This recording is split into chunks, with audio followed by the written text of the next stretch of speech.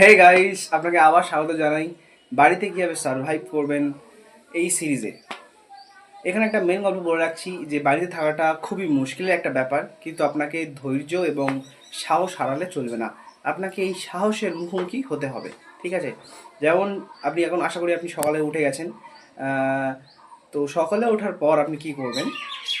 যদি আপনি দেরিতে ওঠেন, যেটা আমি পুরোপুরি স্পষ্ট যে আপনি দেরিতেই উঠেছেন, তো যখন উঠলেন তখন আপনি কাউ কিছু না বলে কিচেনে যান, কুকিং এরিয়া, ঠিক কুকিং এরিয়াতে ওখানে গিয়ে কাউকে কিছু না বলে যা পান যা রয়েছে খেয়ে চুপচাপ চলে আসুন।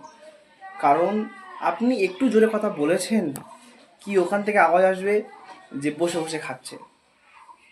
তো আপনি নিজেকে সংযত রাখুন, প্রত্যেকটা জিনিসে আপনি কুল এবং কামভাবে হ্যান্ডেল করুন।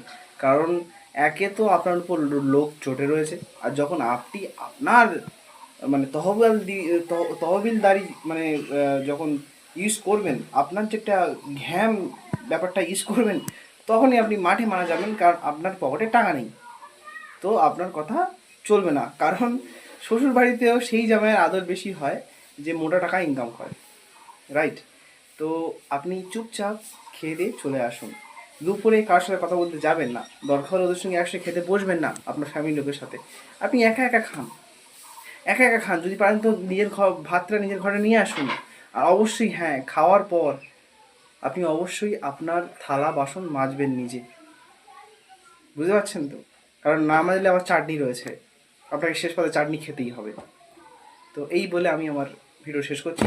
দেখা হচ্ছে সিরিজ নাম্বার এপিসোড নাম্বার 3-তে। ততক্ষণ ধরে থাকুন। আরও টিপস অ্যান্ড ট্রিকের জন্য আমার চ্যানেলটা সাবস্ক্রাইব করুন। Thank you.